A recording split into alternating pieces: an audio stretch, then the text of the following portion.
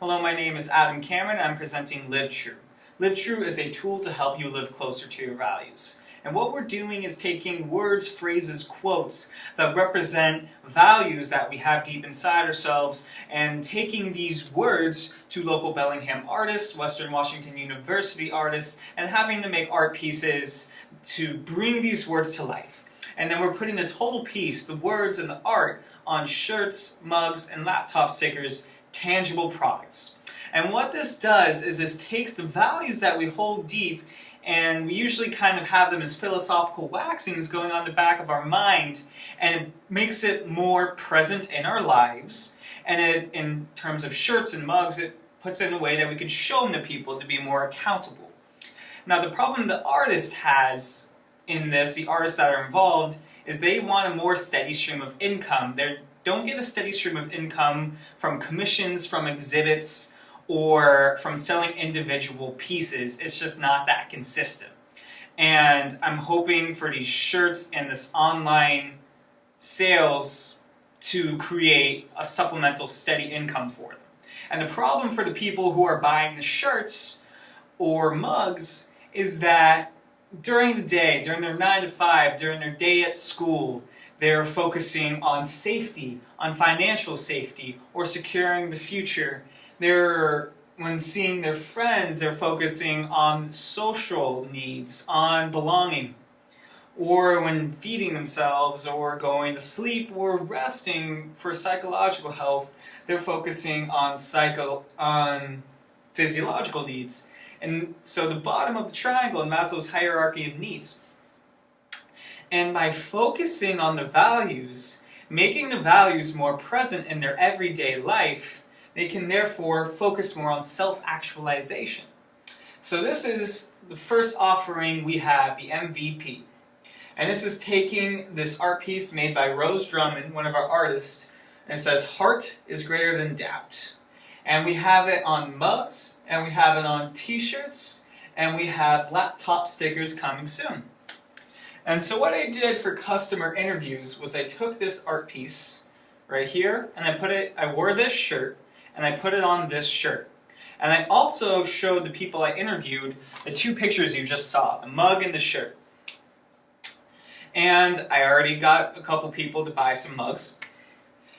And I also discovered that even if people didn't like this particular piece, a lot of people really like the value behind the product, supporting the artists and living their values, having their values present. So, in talking to those people, I got values from them that I can test in the future. Things like love is greater than fear, or things like stay positive.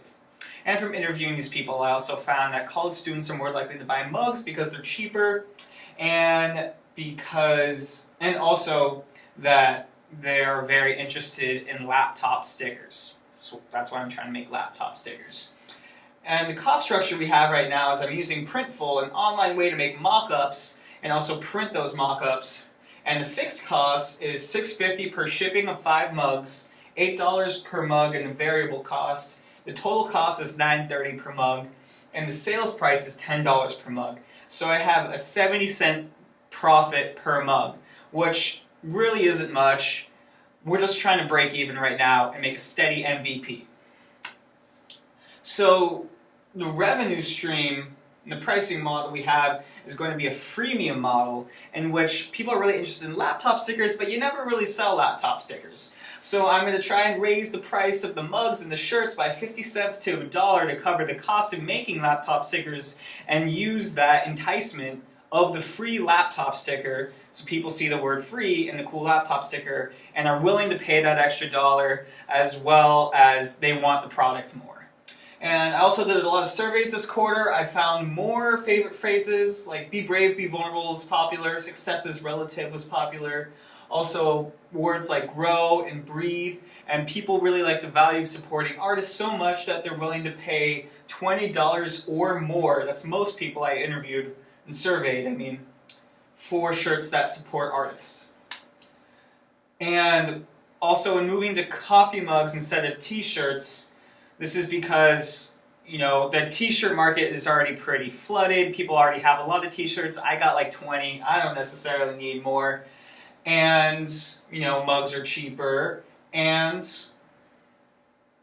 yeah, that's it.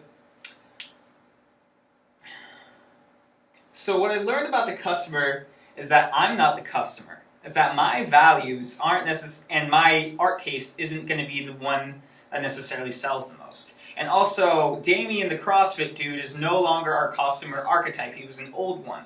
And because Rose's art is more feminine. So more women were interested in Rose's art. So the customer is now a lot of the people who appreciate the art rather than just the messages.